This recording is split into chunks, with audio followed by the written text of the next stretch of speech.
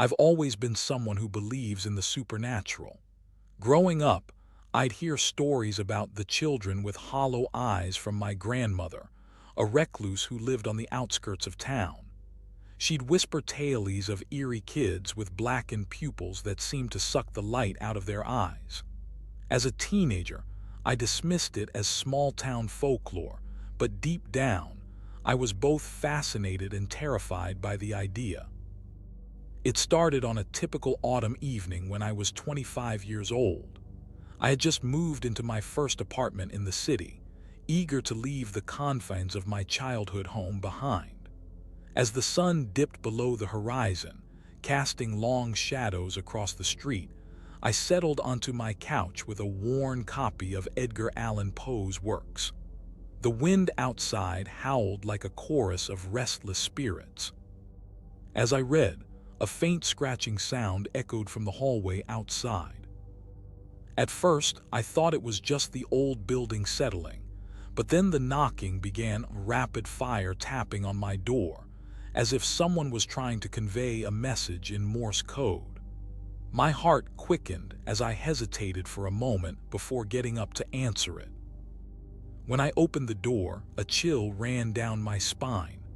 A group of children stood in the entrance hall, their eyes, yes, eyes were black as coal, sucking all light from the surroundings. No eyebrows, no pupils, just two voids staring back at me like empty wells. They wore tattered clothes that seemed to be from different eras, and their skin had an eerie glow. I froze, unsure what to do. They didn't say anything, they simply kept knocking. The tapping grew more insistent, faster, as if urging me to let them in. My rational mind screamed at me to slam the door shut, but something compelled my hand to unlock it and welcome these abominable children into my home. I remember feeling an unsettling sense of inevitability, like I had no choice but to open that door. The last thing I recall is their faces, those black eyes before they slipped inside, the door closing behind them with a soft thud. And then nothing. No more knocking. No more sound. Just silence. I tried to shake off the feeling of unease as I watched them explore my apartment. At first, they seemed harmless, their black eyes scanning the room with an air of curiosity. They wandered into the living room, examining each piece of furniture and decoration as if it were a foreign artifact. One of them, slightly taller than the others, picked up a vase on the coffee table and examined it closely. The glass was old and dusty, but to me, it seemed like a relic from another era. I tried to join in the conversation, asking them about their interests or hobbies, but they just stared at me with those empty, hollow eyes. They didn't respond, but instead began to rearrange my bookshelves, pulling books off the shelves and scattering them across the floor. It was as if they were searching for something, but I had no idea what. The other children seemed to be watching their companion, waiting for some signal before joining in. One of them, a small girl with matted brown hair, kept glancing at me with an unnerving intensity, as if sizing me up. She took a step closer, her eyes locked onto mine, and I felt a shiver run down my spine. The group's leader, the taller one, suddenly raised his hand and the others froze. He spoke in a low, raspy voice, saying something that sent chills down my spine. "We're home now." They began to disperse, each one disappearing into different rooms of the apartment. I stood there, feeling like an intruder in their world, wondering if I had made a terrible mistake by letting them in. I tried to shake off the feeling of unease as I watched them explore my apartment. At first they seemed harmless, their black eyes scanning the room with an air of curiosity. They wandered into the living room, examining each piece of furniture and decoration as if it were a foreign artifact. One of them, slightly taller than the others, picked up a vase on the coffee table and examined it closely. The glass was old and dusty, but to me, It seemed like a relic from another era. I tried to join in the conversation, asking them about their interests or hobbies, but they just stared at me with those empty, hollow eyes. They didn't respond, but instead began to rearrange my bookshelves, pulling books off the shelves and scattering them across the floor. It was as if they were searching for something, but I had no idea what. The other children seemed to be watching their companion, waiting for some signal before joining in. One of them, a small girl with matted brown hair, kept glancing at me with an unnerving intensity, as if sizing me up. She took a step closer, her eyes locked onto mine, and I felt a shiver run down my spine. The group's leader, the taller one, suddenly raised his hand and the others froze. He spoke in a low, raspy voice, saying something that sent chills down my spine. "We're home now." They began to disperse, each one disappearing into different rooms of the apartment. I stood there, feeling like an intruder in their world, wondering if I had made a terrible mistake by letting them in. As the days passed, the knocking on doors became more frequent. It started at night when I was usually asleep. But as time went on, it began to happen during the day too. They would knock, and I'd feel this creeping sense of dread. I tried to ignore it, but I knew that ignoring them wasn't an option. One day, while I was in the kitchen making lunch, one of the children appeared at my doorstep. He was the small boy with matted brown hair from before. His eyes were black as coal, and he looked like he hadn't eaten in weeks. He tapped on the door 3 times, slow and deliberate, before speaking in a voice that sent shivers down my spine. "We're hungry." I opened the door, feeling a wave of nausea wash over me. The boy stepped inside, followed by another child who looked to be around 12 years old. She had long blonde hair and piercing blue eyes, nothing like the others. She seemed out of place among the group, but her presence only added to my unease. The girl with blonde hair began to rummage through my fridge, pulling out food and examining it as if it were a foreign delicacy. The boy with matted brown hair watched her, his eyes fixed on hers with an unnerving intensity. I tried to shoo them away, but they just kept eating, their black eyes fixed on me like hungry predators. As the days went by, more children appeared at my doorstep. They knocked and ate, leaving a trail of destruction in their wake. Each time, I felt myself becoming more and more entrenched in this nightmare. I knew that I couldn't keep them out forever, but I had to try. As the days passed, I began to notice a strange phenomenon about the children. Their black eyes seemed to be sucking in the light around them, leaving only an empty void where their pupils should have been. It was as if they were consuming not just food, but also the very essence of life itself.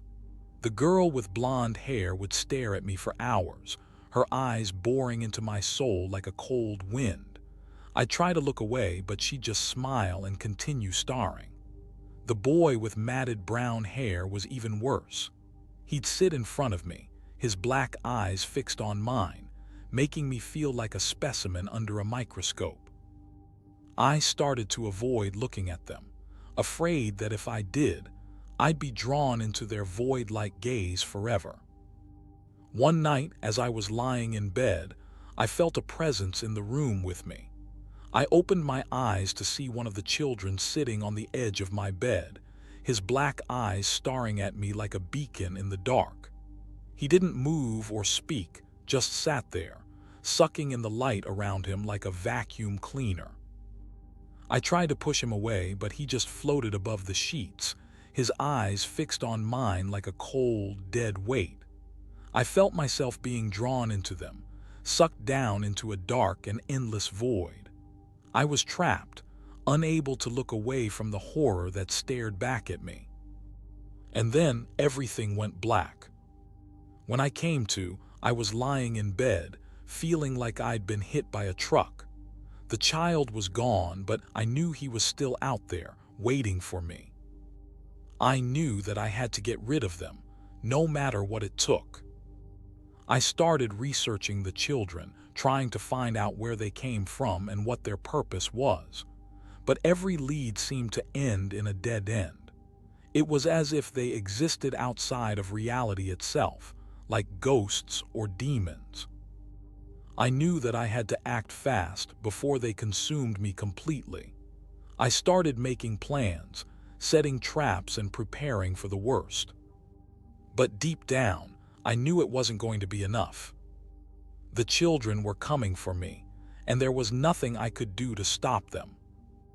I started to feel like I was being watched all the time. Every move I made, every conversation I had, every step I took was being tracked by unseen eyes.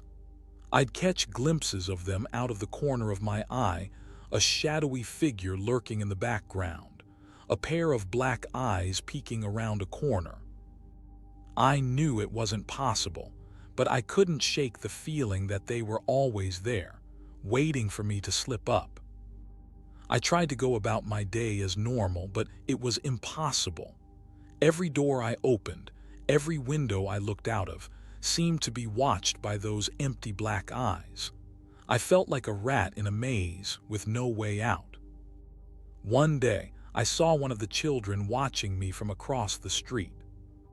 He was standing on the sidewalk, his back against a building, his black eyes fixed on me like a hawk.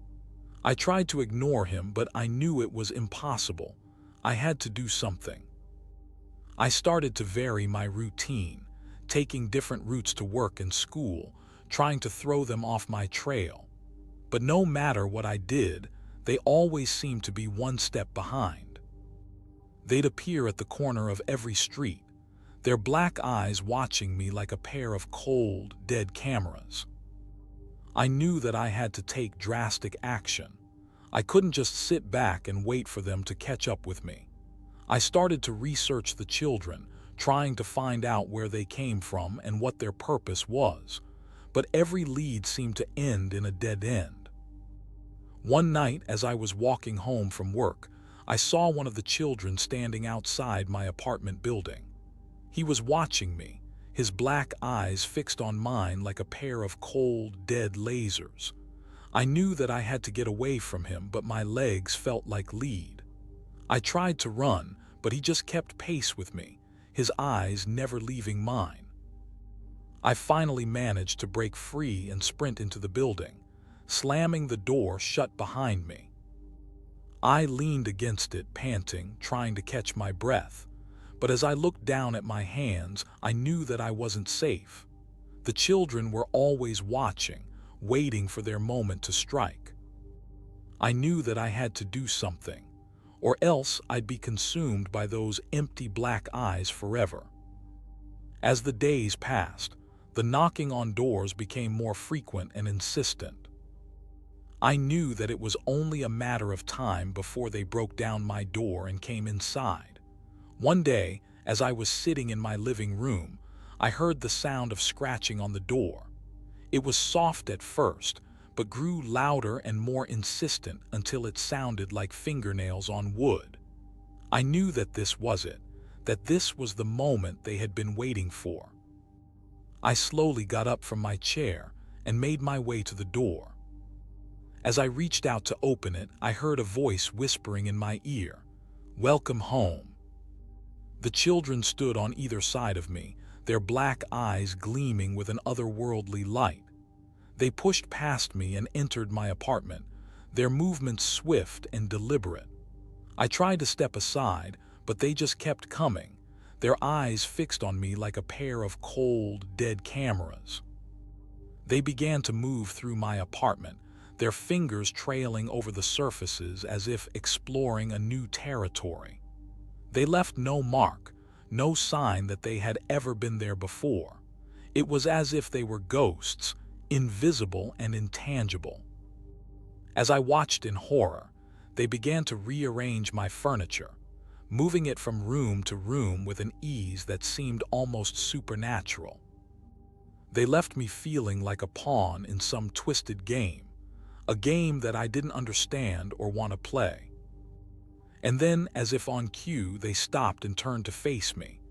Their eyes locked onto mine, and I felt a chill run down my spine. "Welcome home," they whispered in unison, their voices like a cold wind blowing through my soul. I knew that I was trapped, that there was no escape from this nightmare world. The children had taken over my apartment, and soon they would take over my life. I was just a prisoner in my own home, and I didn't know how to escape. As the children continued to rearrange my apartment, I felt a creeping sense of dread. It was as if they were not just watching me, but waiting for something to happen. And then, it did. I was sitting in my favorite armchair when one of the children climbed onto my lap. Their black eyes stared into mine, and I felt a jolt of electricity run through my body. The child's skin began to feel cold and clammy, like a damp sponge. I tried to push them away, but they held tight with an unnatural strength. Their fingers dug into my skin like nails, leaving deep gashes that would never heal.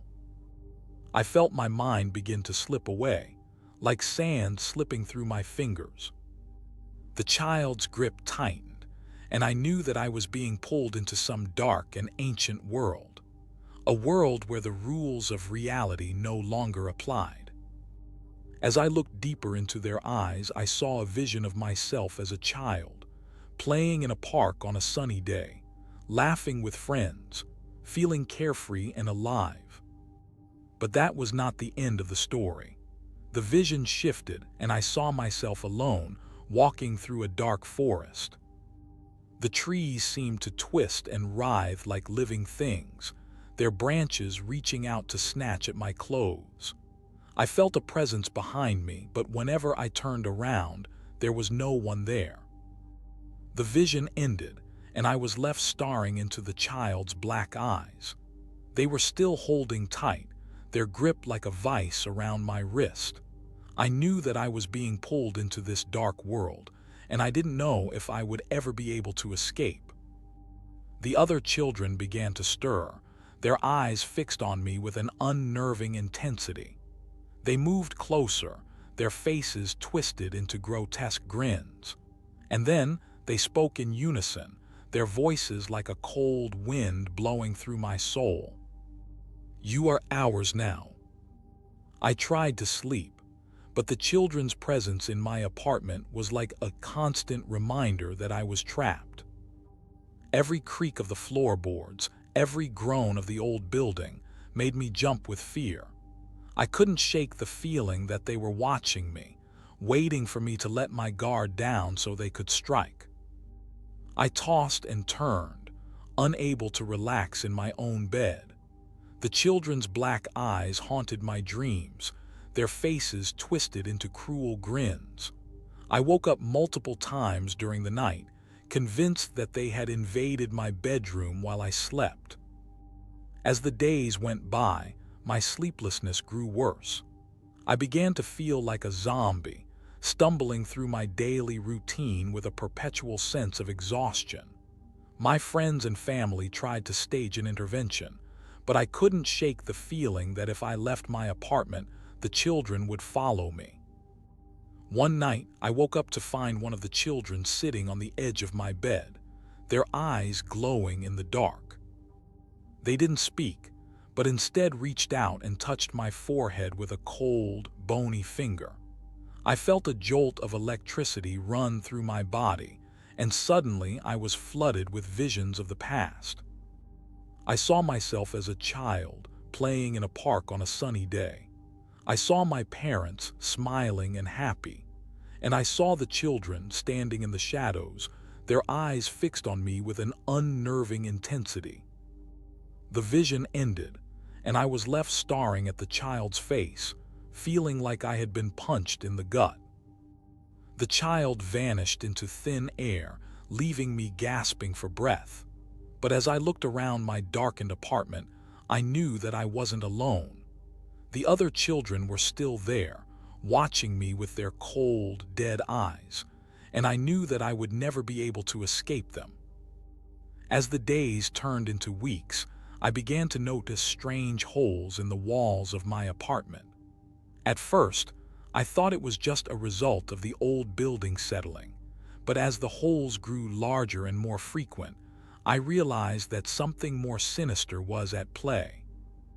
One day, while I was out running errands, I returned to find that one of the children had dug a hole in the wall, right next to my bed. The hole was deep and circular with rough, jagged edges. It looked like a mouth, staring back at me with empty blackness. I felt a chill run down my spine as I approached the hole. Something about it made me feel like I was being pulled into another dimension, one that was hidden from the rest of the world. As I peered into the hole, I saw something move inside. It was one of the children, their body contorted and twisted in ways that were impossible for human flesh to bend. They seemed to be pulling themselves towards me, their eyes fixed on mine with an unnerving intensity. I tried to step back, but my feet felt rooted to the spot. The child began to climb out of the hole, its movements slow and deliberate.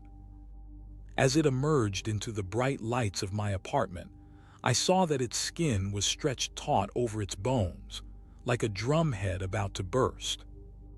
The child's face twisted into a grotesque grin, revealing rows of sharp teeth. And then, it spoke in a voice that was like nothing I had ever heard before. "We're inside you now," it said, its words echoing through my mind like a mantra. As the days passed, more and more holes appeared in the walls of my apartment. They seemed to be everywhere, each one leading to some new and terrifying dimension. And I knew that I was trapped, with no escape from the children's clutches. I tried to go about my day as usual, but the flickering lights in my apartment seemed to be getting worse. It was like the electricity itself was alive and trying to drive me mad. I'd turn on a light switch, expecting a steady glow, but instead it would sputter and die, leaving me plunged into darkness. I tried to ignore it, telling myself it was just a minor electrical issue, but deep down, I knew it was more than that. The children were playing tricks on me, using the flickering lights to drive me crazy. One night, as I was getting ready for bed, I noticed that the light in my bathroom was behaving strangely. It would flicker and dim, then suddenly brighten up again, like a strobe light. I felt a shiver run down my spine as I realized that this was no ordinary light bulb. Suddenly, the light went out altogether, plunging me into total darkness. I heard footsteps coming from outside my bathroom door, heavy and deliberate. The children were closing in on me, their presence making the air feel thick and heavy. I tried to call out for help, but my voice was hoarse and barely audible. The footsteps stopped right outside my door, and then they began to whisper my name over and over again. It was a soft, raspy whispering that sent shivers down my spine. I knew then that I was trapped, with no escape from the children's clutches.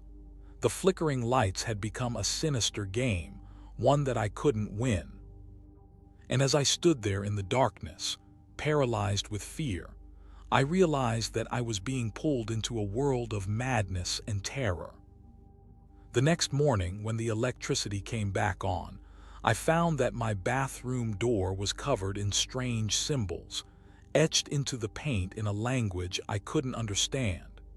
It was as if the children had left me a message, one that would haunt me forever. As the days turned into weeks, I realized that I had to take drastic action. I couldn't just sit back and wait for the children to consume me completely. I needed to escape, but every door I tried led to more of their twisted games. One day, I decided to make a desperate plea for help. I wrote a note, pouring out all my fears and desperation onto the page. I addressed it to a stranger, anyone who might be able to hear my pleas for help. The note read, Please, someone help me. I'm being possessed by these twisted children. They're playing tricks on me, manipulating my mind and body. I need you to find me and rescue me before it's too late. I'm trapped in this apartment with no escape. I sealed the note in an envelope and addressed it to a nearby university, hoping that someone would stumble upon it and take action. I then went into hiding, watching through the peephole as the children continued their sinister games. Days turned into weeks and still there was no response. I was starting to lose hope. Then one day I saw a figure approaching my apartment building. It was a young woman with piercing green eyes and long, dark hair. She looked familiar, but I couldn't quite place her. As she knocked on the door, I felt a surge of hope.